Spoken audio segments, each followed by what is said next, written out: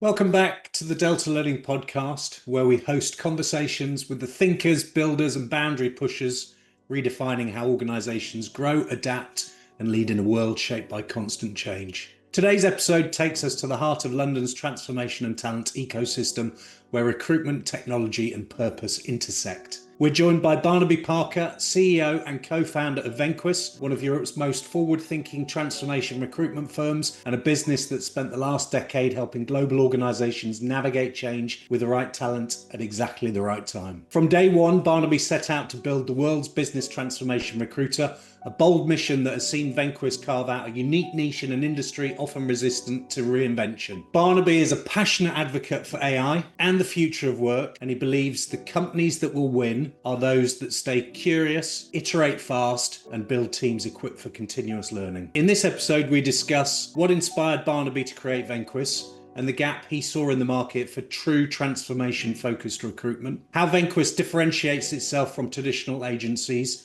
and what it really means to specialize in business transformation, the evolving needs of clients and the types of change programs shaping the current market, the traits Barnaby looks for when hiring sales and leadership talent within his own team, and the practical advice he has for founders and leaders navigating rapid growth, disruption, and uncertainty. We also touch upon why ongoing learning has been such a focus for Venquis and how training partners like Delta Learning fit into their culture and what's next for both the business and Barnaby personally as they continue to scale. This is a conversation packed with insight on building a purpose-driven company, staying adaptable in the age of AI, and leading transformation from the inside out. We hope you enjoy our latest episode featuring Barnaby Parker, CEO and founder of Venquis.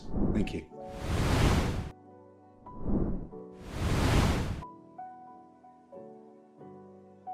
Hello, everyone. Just like to welcome Barnaby Parker to our podcast. Barnaby is the CEO and founder of Venquis. Barnaby, thank you for making time for us today. I wonder if you could just give us a little bit of your background, a bit of an introduction before I get into some questions. Yeah, of course. Thank you very much for having me, Steve.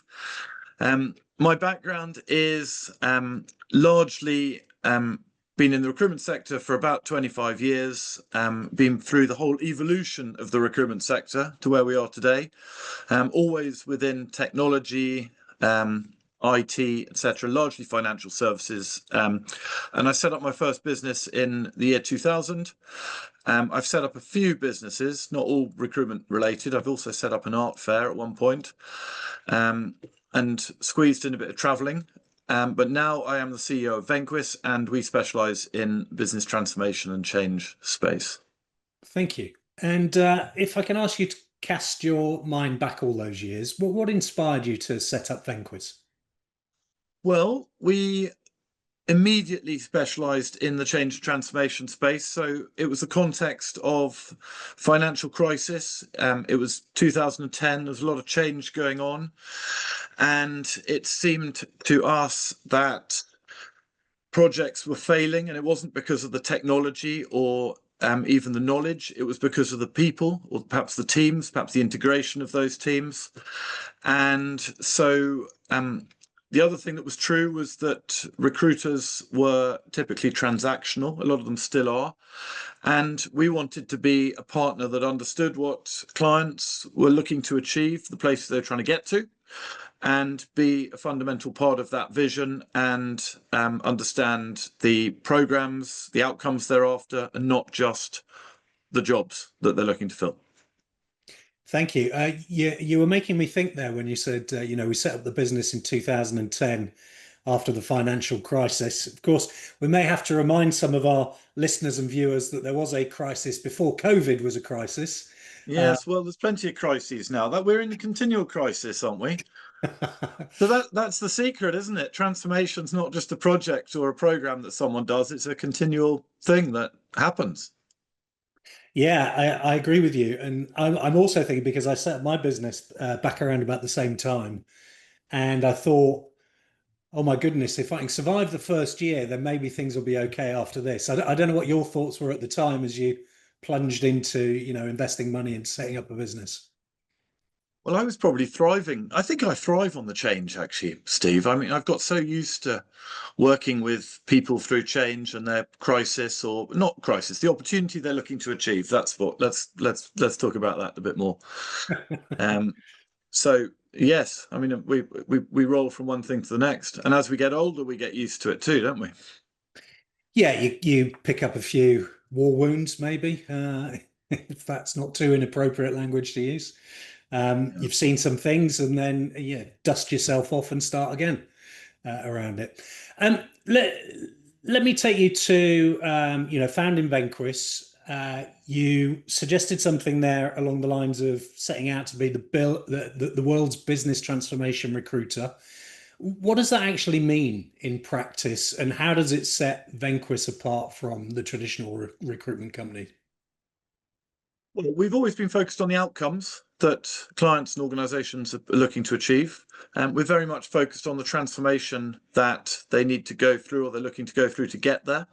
So we have been embedded with organizations, and it's about helping them deliver what they're trying to deliver rather than simply filling jobs or vacancies. The world's bit, we're currently our coverage is really all over Europe. So we're operating in Germany, Scandinavia, Netherlands, UK. We haven't got to the world yet, so there's plenty more for us to do. Thank you. I mean, I've been fortunate enough to work with you and the team over the last few years. And, what I've recognized working with you is a very significantly different approach to working with clients. Just expand a little bit more on that so people would understand, what that approach entails. Do you mean the approach from a client's perspective? Yeah, what would they experience, but also how you look to, I know we've called it moving from sort of a level one up to a level five sort of partnership with clients. Yeah, so well, the first thing is it's understanding what clients are looking to achieve. So we spend a lot of time understanding the industry that our clients are in, what the drivers are within those industries, whether that's regulatory or technology or AI is a big thing at the moment. And the approach that we have is I want to say hand holding. But it's really working in partnership with our clients, and the types of solutions that we are offering are always people orientated, and we can structure those solutions in all sorts of different ways. So sometimes it's a key individual, sometimes it's a team, sometimes that team is based at the client site, sometimes it's based at an offshore center. But it's really focusing on what's our client trying to achieve, and challenging that to some degree as well, having the expertise and confidence to be able to challenge what they're after, and designing the solution with them, and then making it happen. And the making it happen is quite a big part of it. Uh, yes. And what are some of the challenges in terms of that? Because, many people are able to sell the dream, but actually delivering the dream is the hard bit. Yeah, I think it starts with it starts with having the right solution. So and then it's just being relentless and methodical about making sure that that solutions carries on carries on solving the problem, carries on meeting the need. And we do that through the effective delivery of people. And it's getting the right people onto the project, and some of the wrong people off the project, and it's constant communication through that project. I mean, we've obviously had a few times when things might have gone a little awry. Obviously, it's never our fault, Steve, as you'd imagine, but communication, constant communication, over communication is generally what makes it tick. And if you look over the 15 years from founding in 2010, what have been some of the key themes that have emerged? Where have you potentially had to pivot the focus of the business? Well, we've evolved quite considerably. So the model we have internally has been one where we have had individual recruiters building out, responding to the need for a specific individual at a client, turning that into teams, being more and more flexible in terms of how we deliver those teams.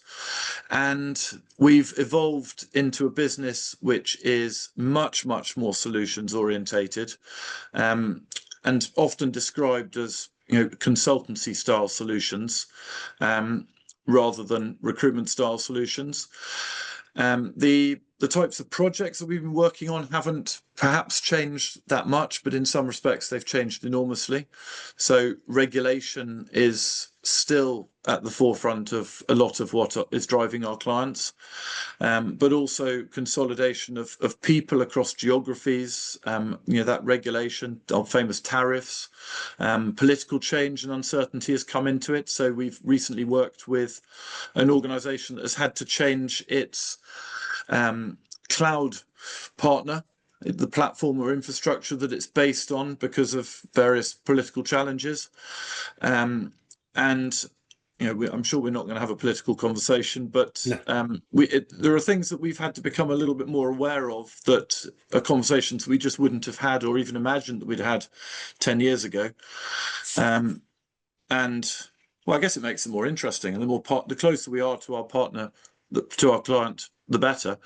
And we have a model internally which is all about how we develop our clients. So we really taking organizations on a client journey, and the taking them on that client journey is to really embed ourselves with the organization, partly because we want them to be as successful as possible, but also we think that in order to be successful and deliver the best we possibly can to our clients, embedding us and enabling us to share our knowledge is absolutely central. Thank you. It leads me into, I've got to mention AI. No Yes. podcast would be complete without some mention of it. What does it stand for, Steve? Well, I believe it stands for artificial intelligence, but you might have a different definition. No, I don't. I was trying to be really clever in the moment and think of an alternative, but I couldn't. I wasn't quick enough. I'll have to work on that. Yeah, mentioning AI. So, how has that impacted you as a business, and also how are you seeing it impact some of your clients? Well, I think we've gone through a bit of a phony war on AI. If you think back 2 years, was it 2 years ago, ChatGPT launched, and it's had extraordinary success, and now the whole stock market is, in fact, the whole dialogue is run by a mix of Copilot, ChatGPT, NVIDIA chips, etc., which wasn't what we would have been talking about 5 years ago. The impact that has had within organizations, I mean, it's hard to tell, but graduate hiring is currently at an all-time low, and that is a really worrying scenario. And I think what we're seeing in organizations, or in organizations perhaps the world over, is a split of levels. So the experienced people, however you define those, perhaps a few years, they've been in the job a few years plus, they know what they're doing, they understand the processes, communication, etc., versus the people that are new in those organizations, which are apprentices, grads, school leavers, etc. There is a shortage of the one and a glut of the other. And how that plays out, and how AI plays out within that, is that in an environment which is definitely challenging from an economic perspective, which it is, and what that's leading organizations to do is to work out how they can cut costs, improve processes, efficiency, etc. And AI is enabling organizations to do that. The phony war piece is, there's been lots of chat about AI, there's been all the hype, etc. I think we've now got to a point where organizations generally understand what the capability and limitations are of AI, and are now on a frantic path to try and implement it as effectively as it possibly can. Whether that's Gen AI or any other sort of AI, I'm not qualified to tell, but what that means for Venquis, we're a company like everyone else. We are also looking for efficiencies and I wouldn't say cost savings, but definitely ways to extend our reach as best we possibly can and enable the people who work at Venquis to be as effective as they possibly can. It's a key part of our purpose. And that the idea of having humans doing boring, repetitive tasks where it could be done by someone else or something else is is something for the past. And so we're busy trying to augment our humans as best we possibly can, and actually increase the humanity of what we do. Because the belief at Venquis is that the actual differentiator, if we look at Venquis in 3035, in 2035, 3035 might be a leap. In 2035, I think it's I would imagine an awful lot of what recruiters, staffing solutions businesses do will be automated, improved, etc. But they're not going to be. We're not the humanity piece, which is all around the engagement and the almost the enjoyment of the job is going to be absolutely fundamental. So that's, I think, where we're heading. But like everyone else, there are a few bumps on the road. It's a long answer. I'm sorry, Steve. Cut the whole lot out. No, it's fine. It's absolutely fine. I was thinking while you were speaking, some years ago, if I'm old enough to remember when you worked in an organization and all of the hardware and all the software was provided by that organization for better or for worse. You were given you had these back in the day green screen desktop machines that could barely communicate with each other. And then you started to see the consumerization of hardware and software. So people started buying these Apple products and other products, which in many ways gave them more power in their hardware and software than they were being provided by with the organization. And so over time, this consumerization of IT started to happen. I see the same thing potentially happening with AI, because where I see most use is individuals using it, for all manner of different tasks and elements of that. It's not being controlled by the organization. And I wonder where that leads us. Does that lead to greater creativity and more productivity, or do people go in search of mythical rabbits in rabbit holes? Well, it's a really interesting point, because what organizations are having to grapple with is there's no stopping of the democratization. Everyone's got ChatGPT on their phones and so on, Yeah, and whatever the rules of the organization, they're probably using it because it makes their job easier, and it just gets better and better. yeah. So the challenge, I think, within organizations, countries, whatever, it comes into the ethics of it.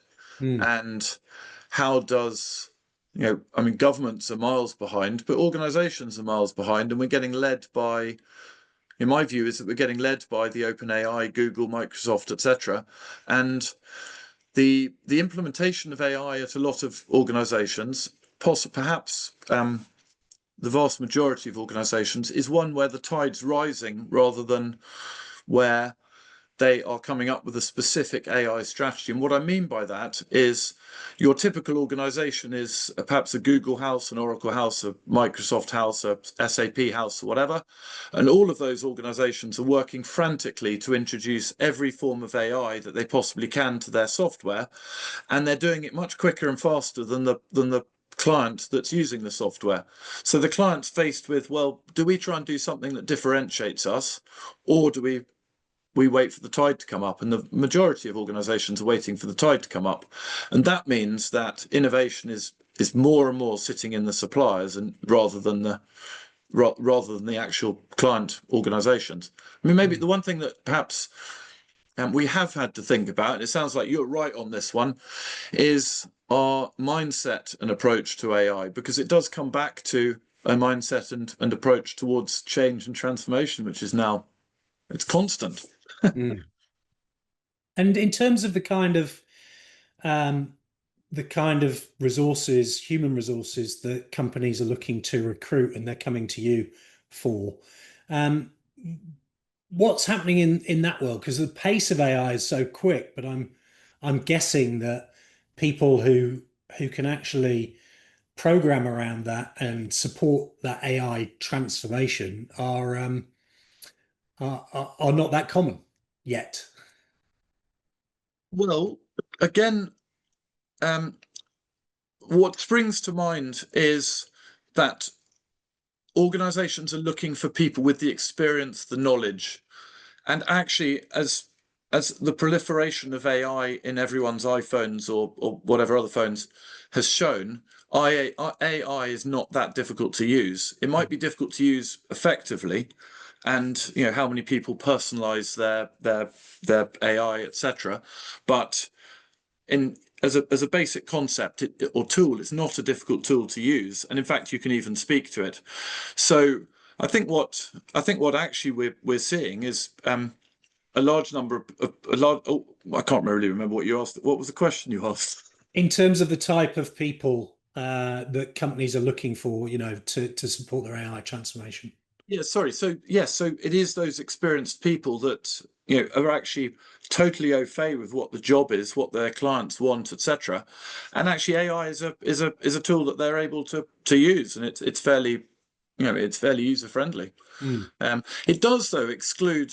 The thing is, if you imagine that you're whatever job you're doing, let's say you're a lawyer and you're using ChatGPT to help you write your whatever legal letters or whatever responses or whatever you're doing, and in fact you're using ChatGPT or an LLM to query case law and so on, you might prefer using that than the fresh researcher that's the fresh grad that's just joined the organization, and thereby you see how I think jobs are going to get changed.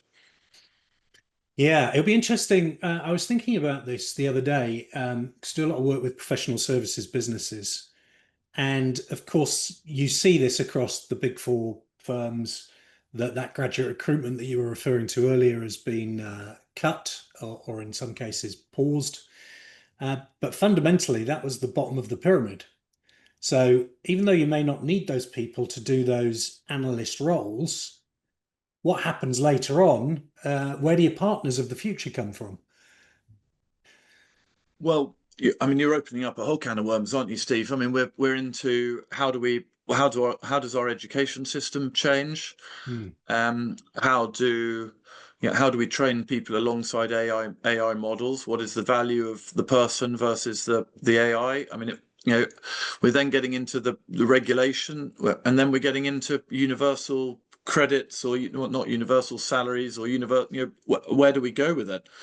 And then perhaps there are world examples now of individuals who are wealthy their beyond anyone's wildest dreams, and the power that they've got at their fingertips from a technology perspective, etc., and from a social media or social outreach, etc., is starting to get quite scary. I mean, who knows what type of dystopian world we're moving into? I mean, I'm a great fan of science fiction and films and so on. So I'm constantly making reference to, my God, that looks like that well, The Matrix would be the obvious one, but I can't believe that what we're seeing in Star Wars is now coming to reality. Or it's a few years ago. I was working with an entrepreneur in the automotive industry, and he was talking to me about that scene in Star Wars where Princess Leia comes out of the C-3PO, I think it is. All right. Help me, Obi-Wan Oh, Kenobi. yeah, presented as a hologram.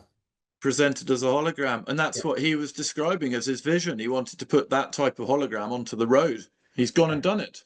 But it is striking how these images from science fiction actually are in our minds, and if they're in our minds, they're probably in the minds of people with a great deal more power and opportunity than us. Yeah. Well, let's hope it's not a dystopian future as outlined in George Orwell's 1984. Uh, Yeah, yeah. right. Thinking about hiring for your own teams, and as primarily our audience are sales professionals, what qualities do you look for from a member of the sales team or a new member of a leadership team? That's quite easy to answer. I've had well, it's character, it's culture fit, it's someone that is going to fit into Venquis and love the job, because if they fit in culturally and they love the job, they'll probably do a really good job. Beyond that, people that are prepared to take and can demonstrate, they'll take ownership of what they're doing. Classic resilience, communication, ability to change, team spirit, integrity, and fun. I mean, the reality is it is such a true phrase. Life is short, and I don't know. I mean, this is I always remember the Steve Jobs expression that it's better a hole than a Can I say the word on your podcast? You can say it. If it's too rude, we'll All right, you can beep we'll it bleep out, it. but it's better a hole than would be my view. Yeah, it's good. I may have heard that, but yeah, I can't remember it. But it's a really good phrase. So character fit, someone who's going to enjoy the journey. Of course, they have to be amenable to Steve Bussey training as well, don't they? Yeah, if you can't get through that, No, there's no chance for you. no chance. Thank you for the plug. We'll put that as the testimonial. Yes, quite. Character, culture, fun, and Steve Bussey's training. There you go. There you go. We started the conversation, Barnaby, talking about the ever shifting change, the transitioning piece that organisations are going through. What have you learned on your journey that might be helpful for other founders or leaders in organisations? Well, I've probably learned a lot and forgotten it all. I'm a real believer in a vision, knowing a place you want to get to. That's I mean, frankly, whether it's a project you're looking to deliver or a great life you're looking to lead, I think vision has a lot to do with it. Sometimes personally, I struggle to change that vision because things as you go through life, things kind of come along that might change, might alter that vision a bit. But that is a really key skill, that the ability to keep focused on a goal, and perhaps keep altering that goal a little bit as life kind of takes its toll on you. Takes its toll. Well, it doesn't take its toll. As life continues to add more and more opportunities to you, is what I meant to say, Steve. Yes. Yeah, indeed. It sort of reminds me, I used to work for a company called Franklin Covey, and Stephen Covey was one of the founders of that business. He famously wrote The 7 Habits of Highly Effective People. And one of his key themes was talking about principle-centered leadership, which is you've got to have these unchanging principles that allow you to navigate a changing world. And I think there's something about that. If you just go where the wind blows, then things can become a lot more challenging for you. Yeah, well, Stephen Covey's I mean, he's been a huge influence, hasn't he? And I think I mean, on the one hand, we have to be flexible to the. I mean, who would have known that there's going to be a COVID epidemic or whatever other, different people have been sidelined by different things. But staying true to your values and what you're trying to achieve, but equally being flexible. I mean, Stephen Covey didn't write his books in the middle of a COVID epidemic or an AI proliferation, did he? No, I'm sure he had his share of challenges back in the 80s when he wrote it. He also sourced his research around the success texts that were available, including the Bible, of which there is a fair share of plagues, calamities, and all other manner of catastrophes. Yeah, well, that's true. I mean, anyone that thinks that we are in some unique situation is, I think, misguided. You don't have to. I mean, I'm quite a fan of history podcasts, and you don't have to go very far back. Well, of course, the history podcasts only talk about the interesting bits of history, but you don't have to go browse through very many of them to realise that actually life's really not that terrible for us. No, indeed. I know we've obviously worked together, doing some coaching and training with the team. That requires an investment on your behalf, not only financially, but also the time and energy allocated to it. What do you see that's valuable around that ongoing development of the team? Are you asking me what's valuable about Delta Learning, Steve? Not necessarily us, because I'm sure we're not the only people to have worked with you around these things. Um, well, our purpose is to at Venquis is to be the vehicle that enables our clients, candidates, and employees to be the vehicle for our clients, candidates, and employees to achieve their dreams, ambitions, and transformations. So there are three audiences there, and a key one are our employees. So we invest a lot of time and effort in the training development, both through internal coaching and finding excellent external coaches. And the truth of it is that we are constantly evolving as a business. We've got ambitious growth plans, etc., and we're not going to meet them without our own employees developing themselves and frankly, being motivated to do the job and buying into the vision of what we're trying to achieve. So we are, I think, pretty good at linking up what is in it for the employee, for the person, with what the organization itself is trying to achieve as a vision. And we use all sorts of different tools and people and whatever we can to do that.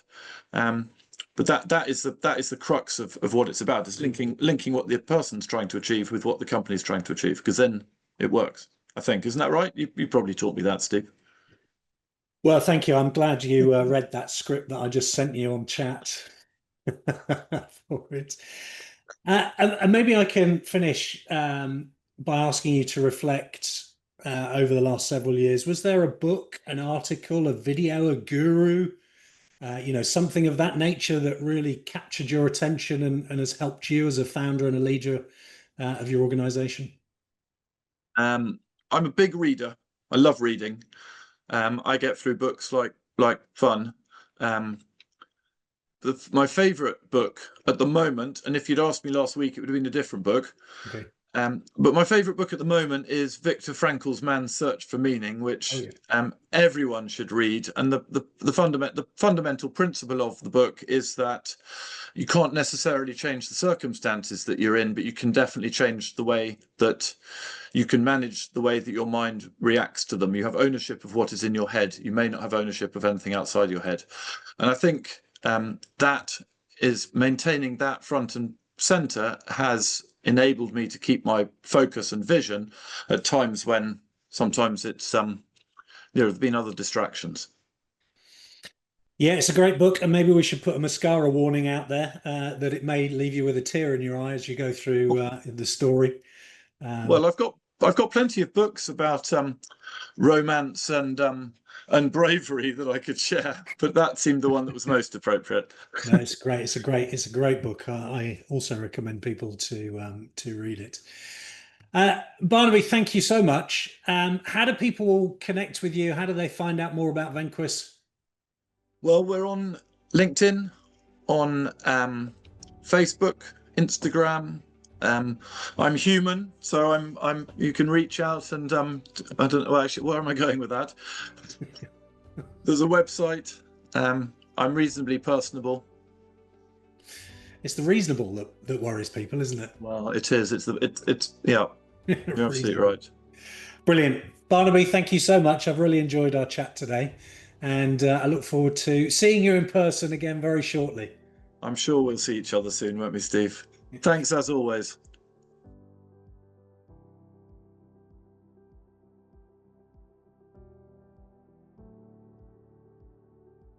Thanks for tuning into this episode of our Sales Podcast Series 3. We hope the insights resonated with you and provoked some thought. If you found value in today's episode, please make sure to subscribe so you never miss out on expert tips and strategies from our guests across different industries. And remember, Delta Learning is here to help you transform your team's performance in 2025. When you're looking to either build capability or deliver better business results, then please approach us as a potential partner. Visit deltalearning.co.uk to learn more about how we can support your team's growth, or email me steve@deltalearning.co.uk with any questions or just to have a chat to see how we might work together. Thank you.